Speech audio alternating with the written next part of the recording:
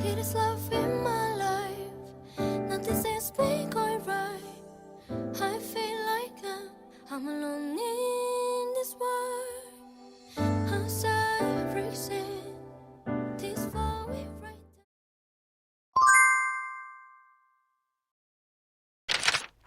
이와 같이 성령도 우리의 연약함을 도우시나니 우리는 마땅히 기도할 바를 알지 못하나 오직 성령이 말할 수 없는 탄식으로 우리를 위하여 친히 간구하시느니라.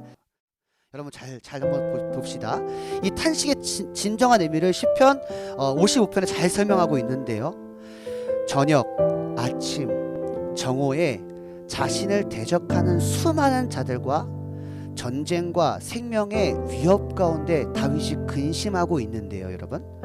다윗은 그 근심을 그저 걱정과 염려로 마치는 것이 아니라 탄식을 합니다.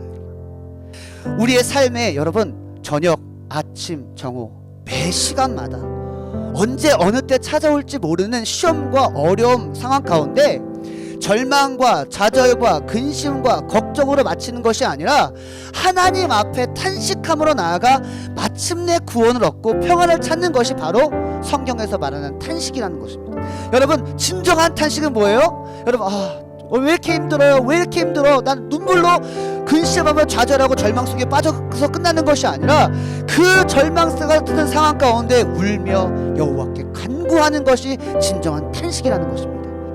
할렐루야. 즉 탄식이란 믿음으로 구원받은 몸이 실제 구원받은 몸의 실제가 되는 것을 기다리는 것이 바로 탄식인 것입니다. 다시 말해 아직 이루어지지 않은 것을 믿음으로 바라보고 소망하며 참음으로 기다리는 것이 바로 탄식인 것입니다. 예수님의 형상을 본받게 하기 위하여 우리의 연약함을 도우심으로 우리가 마땅히 기도할 바를 알지 못할 때 우리를 위하여 친히 간구하심으로 예수님의 형상, 즉 하나님의 뜻을 따른 자기 십자가를 따라가도록 인도하시고 본문 30절에 부르신 우리를 또한 의롭다 하시고 의롭다 하신 우리를 마침내 어떤 것과도 비교할 수 없는 하나님의 영광, 즉 영화롭게 하기 위하여 성령을 우리 가운데 인치셨다는 사실입니다. 마침내 성령과 함께 할 때 어떤 것과도 비교할 수 없는 영광, 즉 영화를 얻게 되어지는 것입니다. 할렐루야. 우리가 성령과 하나 될 때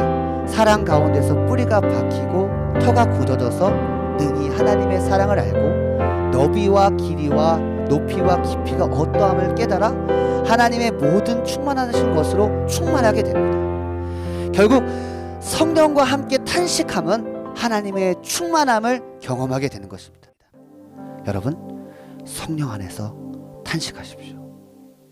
회복을 넘어 구원을 넘어 하나님의 모든 것을 충만하게 하시는 충만을 경험하게 되어질 것입니다.